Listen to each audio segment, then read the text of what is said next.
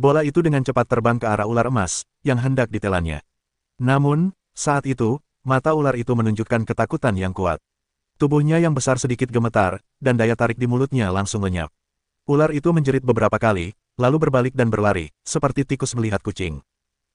Melihat pemandangan ini, semua orang tercengang. Sesaat yang lalu, ular emas, yang masih meraung-raung seperti kandang sapi, tampak seperti akan memakan bola. Bagaimana mungkin ia berbalik dan lari dalam sekejap mata? Apa yang terjadi? Sudah terlambat untuk lari sekarang. Bola itu mengeluarkan suara lembut, dan tubuhnya melesat keluar dan jatuh menimpa ular emas. Kemudian ia dengan cepat menggeliat ke dalam genangan cairan logam dan menutupi tubuh ular itu. Ular emas meronta dengan liar, tetapi sia-sia. Setelah beberapa tarikan napas, bola itu menutupi seluruh tubuh ular itu, lalu bergerak beberapa kali. Bola itu berubah menjadi bola logam besar dan melayang di udara. Semua orang tercengang. Ular emas, dimakan. Baru saja, ular emas itu tampak ganas. Ia ingin memakan bola itu, tetapi dalam sekejap mata, ia dimakan oleh bola itu. Bola itu bergerak dan terbang ke arah Luming. Ia membuka mulutnya dan bersendawa. Logam apa itu raja kehidupan, tapi begitu.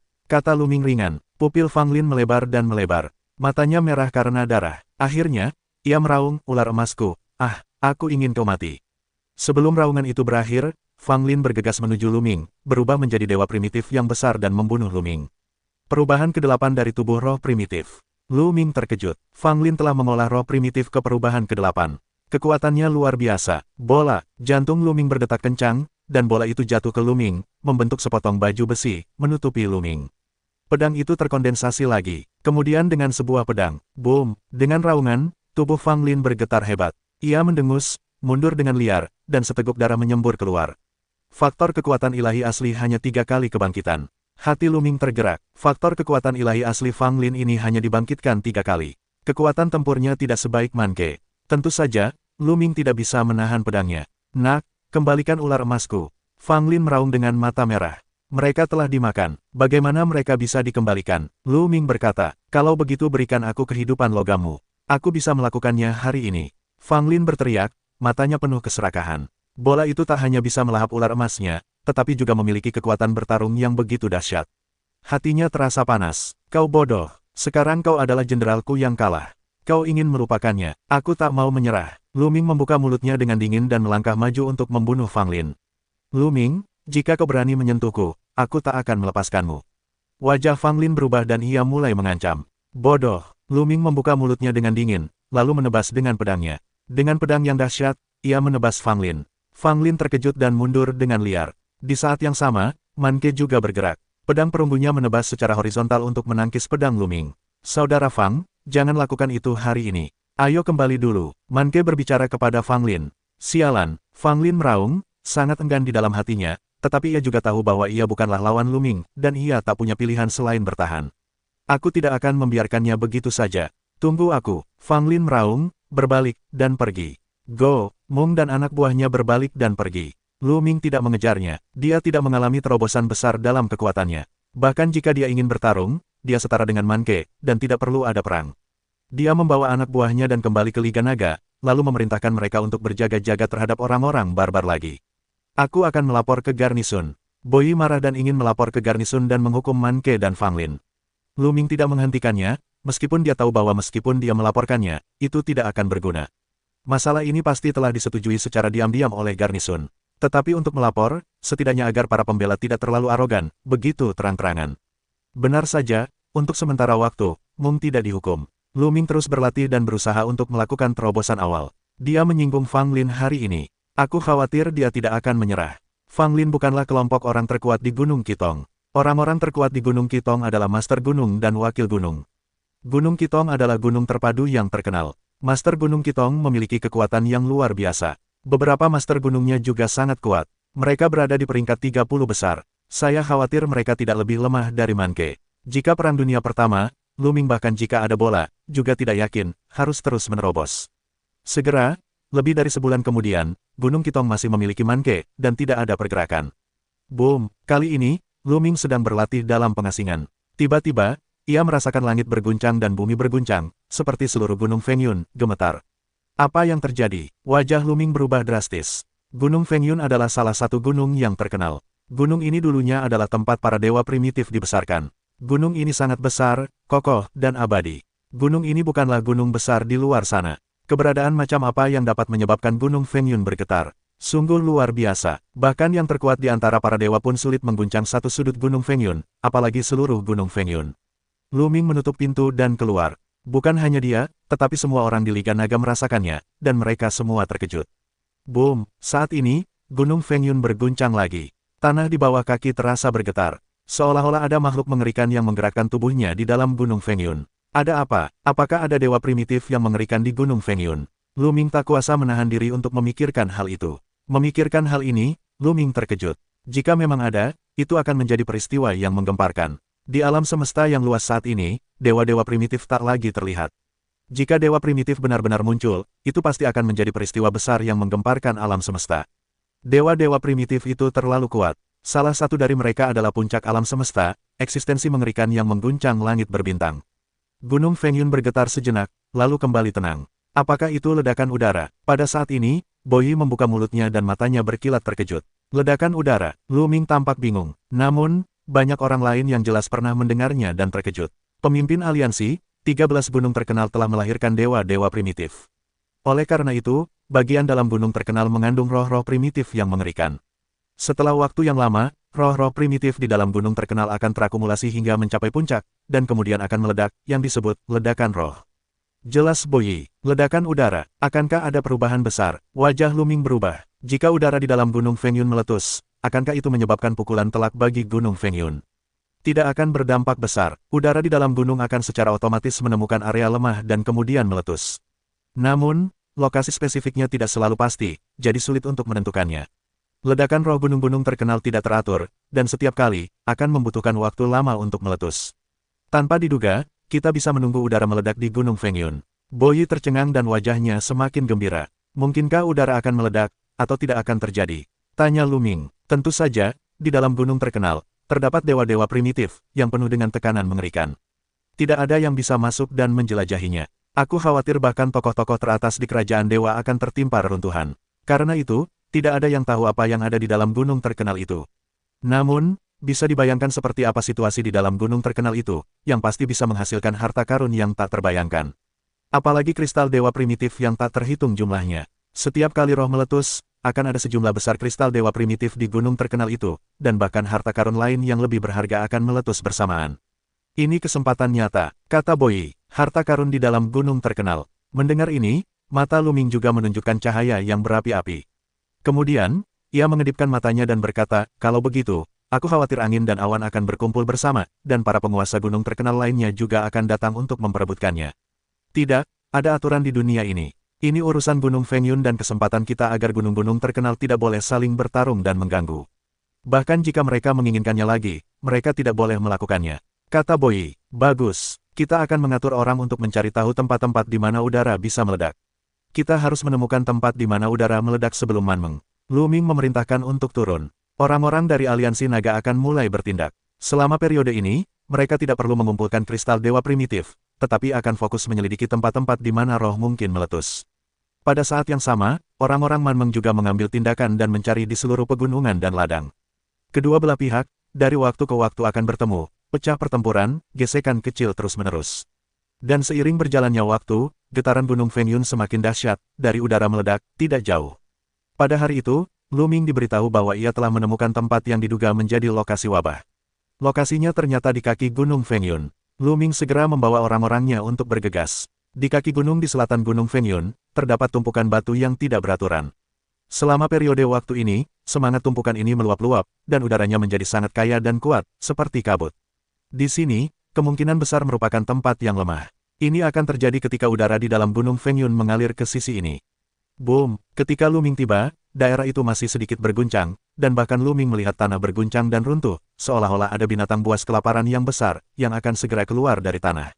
Ya, pada saat ini, mata Lu Ming melihat ke arah lain, ke arah itu, sebuah pelangi menuju sisi ini untuk terbang. Orang-orang barbar datang, bisik Lu Ming, sua-sua-sua, sua-sua, sua-sua, sua-sua, sua-sua, sua-sua, sua-sua, sua-sua, sua-sua, sua-sua, sua-sua, sua-sua, sua, sua, sua, sua, sua, sua, sua, sua, sua, sua, sua, sua.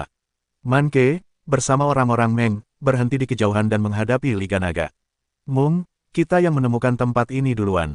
Ia minum banyak. Kau yang menemukannya duluan. Konyolnya kita yang menemukan tempat ini duluan, tapi orang-orangku kembali melapor kepadaku, tapi kau yang menempatinya duluan.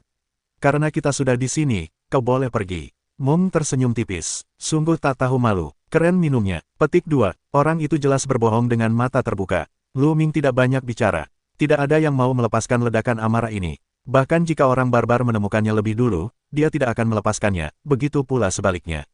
Tidak ada gunanya bicara lagi. Kau bisa bicara dengan kekuatanmu. Kali ini, mari kita selesaikan masalah orang barbar sepenuhnya. Mata Lu Ming berkilat dingin. Begitu pula, mata Mung penuh dengan niat membunuh. Kedua belah pihak begitu berkonfrontasi, menunggu dengan tenang, menunggu udara meledak. Waktu berlalu cepat, hari demi hari. Setiap hari, di tempat ini, getarannya semakin kuat. Tak lama kemudian, setengah bulan berlalu. Boom, terdengar suara gemuruh dari tanah, dan tanah berfluktuasi, seperti monster raksasa yang keluar. Mundur, Lu Ming dan Man Ke minum banyak dan membawa pasukan mereka kembali ke jarak yang cukup jauh. Sangat penting untuk memiliki ledakan amarah. Begitu amarah keluar, kekuatannya tak terbatas. Sekalipun kau kuat, hanya ada satu cara untuk mati. Setelah ledakan pertama, udara akan melemah. Segera datang, tiba-tiba seseorang berbicara, suaranya menegang. Boom, tanah meledak dengan keras, bagian depan tumpukan batu yang kacau itu bergetar hebat, lalu muncul pilar-pilar cahaya merah darah. Dari dalam tanah, batu-batu keras itu, satu persatu meledak. Dalam sekejap, lebih dari 100 pilar merah darah muncul di tanah. Dan pilar-pilar ini, semakin membesar, akhirnya. Boom, dengan suara gemuruh, batu itu terciprat, dan pilar cahaya merah darah yang besar dengan diameter lebih dari 100 mil meledak dari tanah, menembus awan dan melesat ke langit. Itu adalah pemandangan yang luar biasa. Perhatian, Lu Ming tercurah, dan meletakkan banyak pertahanan di depannya, begitu pula yang lain, karena selalu ada batu yang berterbangan di atasnya, seperti senjata ajaib, dengan kekuatan yang luar biasa.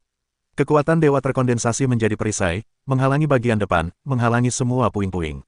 Sungguh kaya penampilan, Lu Ming menarik napas dalam-dalam dan tampak terkejut. Pilar cahaya merah darah itu dipenuhi dengan udara primitif, kaya dan tak tertandingi, yang tak terhitung jumlahnya lebih kuat daripada Gunung Fengyun.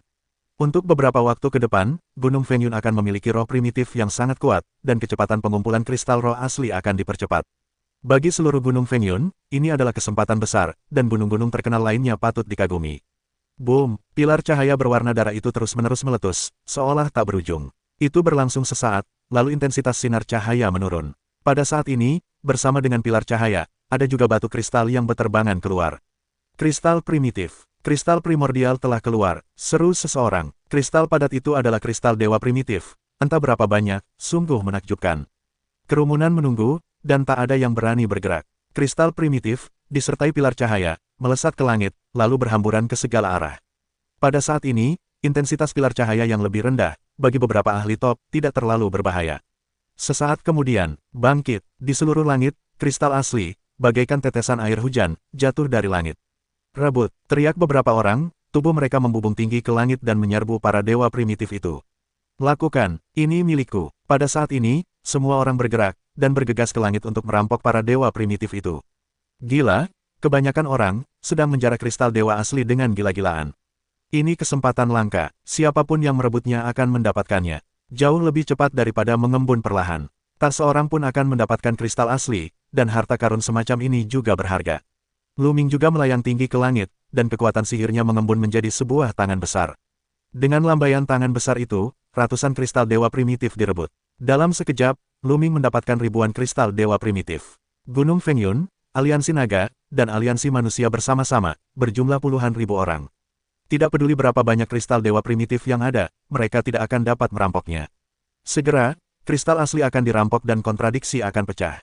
Keluar dari sini, kristal-kristal primitif ini milikku. Aku melihatnya lebih dulu. Kalau begitu aku akan mengantarmu ke jalan. Terdengar raungan, lalu pedang itu menyambar. Terdengar gemuruh di langit, banyak orang bertarung bersama. Kemudian, teriakan menyebar, seseorang terbunuh, langit berlumuran darah. Itu seperti sumbu, cakupan perang meluas dengan cepat. Tak lama kemudian, sebagian besar orang dari Liga Naga dan Liga Manusia terlibat di dalamnya, dan mereka bertarung dengan sengit bersama-sama. Tentu saja, tidak ada yang berani bertarung dengan Lu Ming, Bo Yi, dan yang lainnya. Murid Man Meng biasa tidak berani bertarung dengan mereka. Tubuh Lu Ming berkelap-kelip dan terus menangkap kristal aslinya. Pada saat ini, Kolom cahaya yang terdiri dari roh primitif di dalam Gunung Fengyun semakin mengecil, dan kekuatannya semakin melemah. Namun, masih ada kristal ilahi primitif yang berterbangan keluar. Itu, mutiara kekuatan. Tiba-tiba, mata Luming berkilat dengan kecemerlangan yang menyilaukan. Dia melihat dua harta karun terbang keluar dari Gunung Fengyun bersama kristal primitif, yang jelas merupakan manik-manik kekuatan ilahi. Di dalam Gunung Fengyun, sebenarnya ada sebuah manik sumber kekuatan ilahi, yang dapat membangkitkan semacam keterampilan rahasia asli.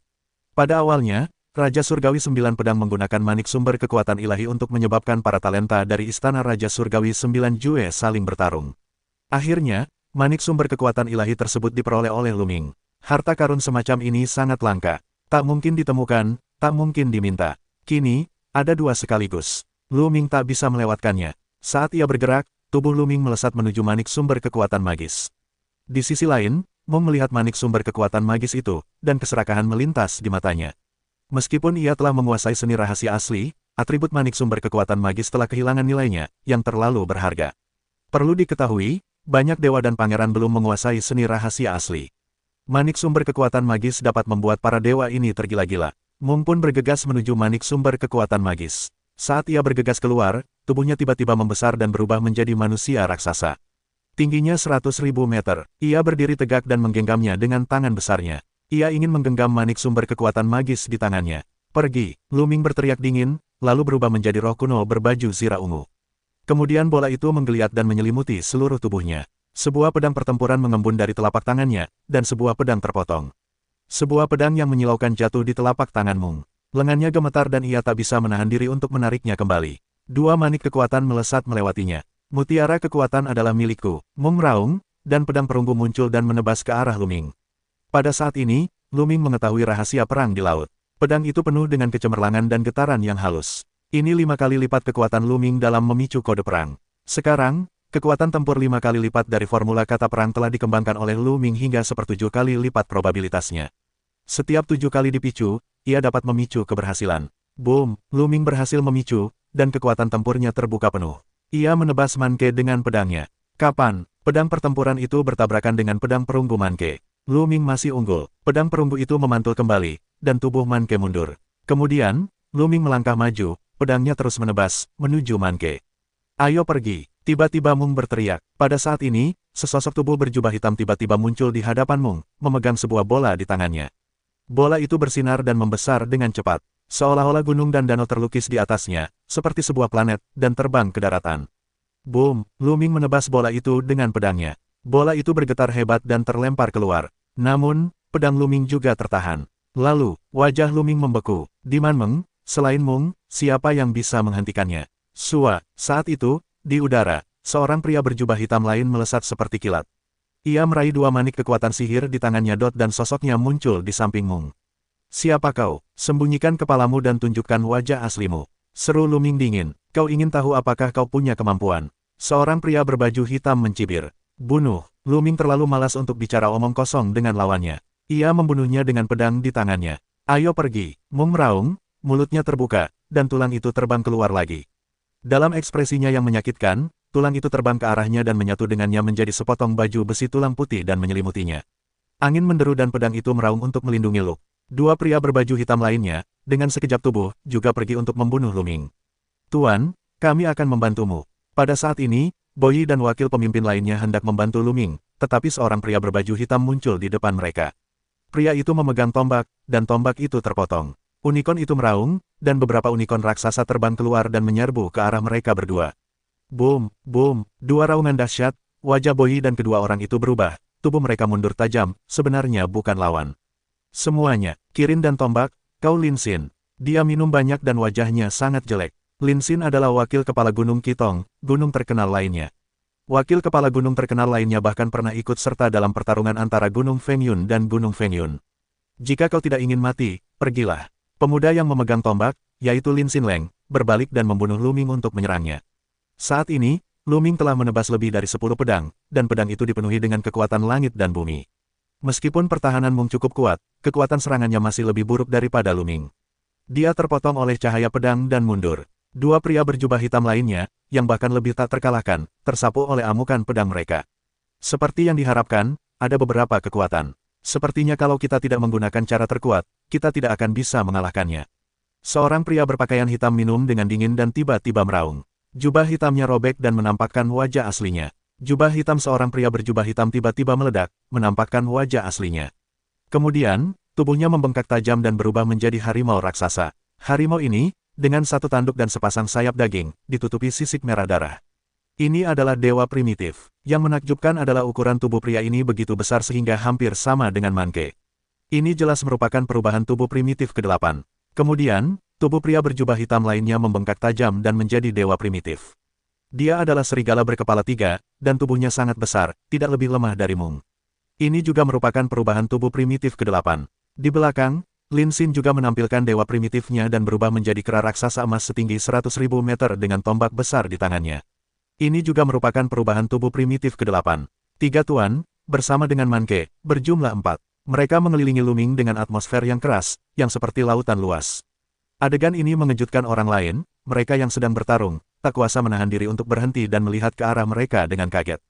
Itu kau, sialan, berani sekali kau. Boyi jelas mengenali ketiga orang ini dan meraung. Lalu ia berkata kepada Luming, pemimpin aliansi, mereka adalah wakil kepala Gunung Qitong. Ada 3 wakil kepala gunung di Qitong. Semuanya ada di sini. Lin Xin ada di 30 besar daftar Raja Dewa.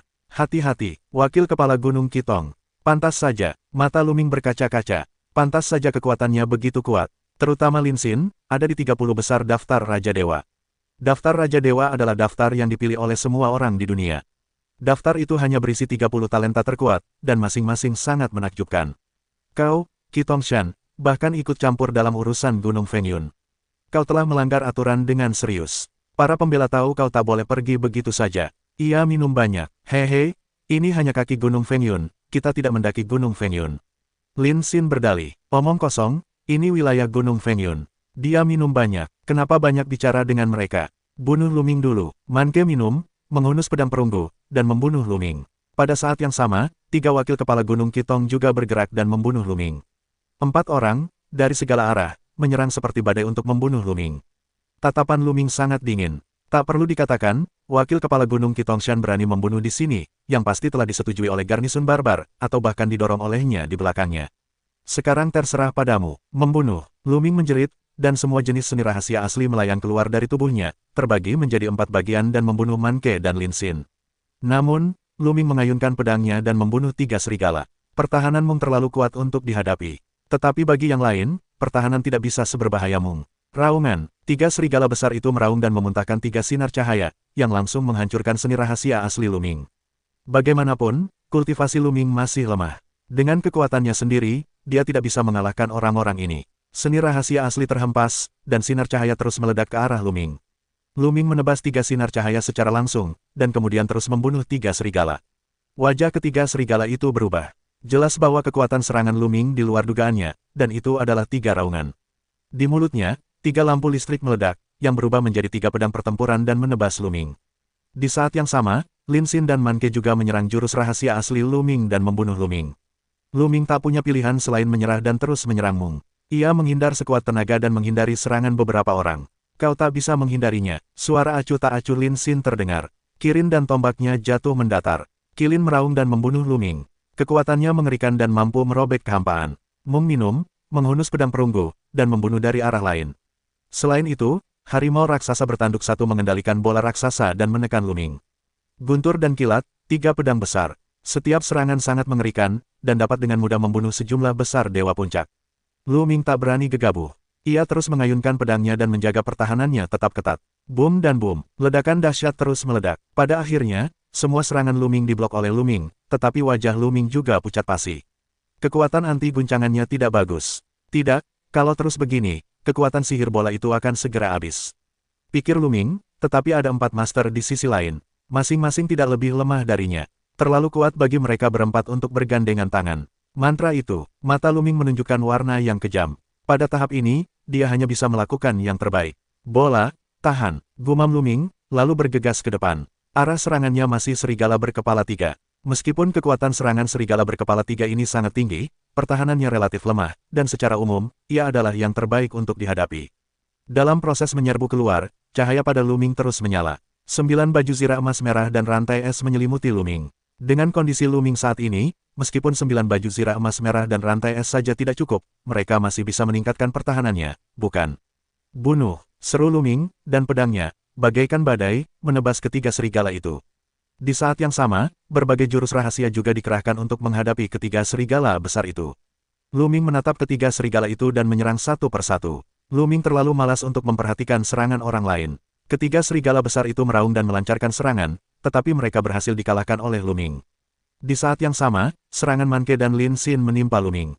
Hampir seketika, rantai es dan 9 baju zirah emas merah runtuh, serangkaian serangan menimpa Luming. Tiba-tiba, tubuh Luming bergetar hebat, dan baju zirah yang dibentuk oleh bola itu bergetar hebat dan menjadi sangat sulit untuk menahan segala macam serangan. Namun, beberapa bagian masih rusak, seperti kirin dan tombak Lin Xin, yang langsung merobek armor bola hingga berlubang, dan kekuatan mengerikan mengalir deras ke tubuh Luming. Tiba-tiba, darah mengucur deras. Untungnya, bola tersebut memblokir sebagian besar kekuatan, dan Luming mengembangkan tubuh sihirnya. Tubuhnya kuat dan vitalitasnya sangat ulet. Ia menangkis serangan itu. Serangan Mung dan harimau raksasa bertanduk satu diblok oleh armor yang terbuat dari bola tersebut. Namun, ada juga kekuatan yang mengalir ke tubuh Luming melalui armor tersebut, yang membuat tubuh Luming bergetar. Namun, pada akhirnya, kekuatan itu berhasil diblokir. Bunuh, Luming meraung dan terus menyerang, menatap serigala berkepala 3, dan menebaskan pedangnya dengan liar.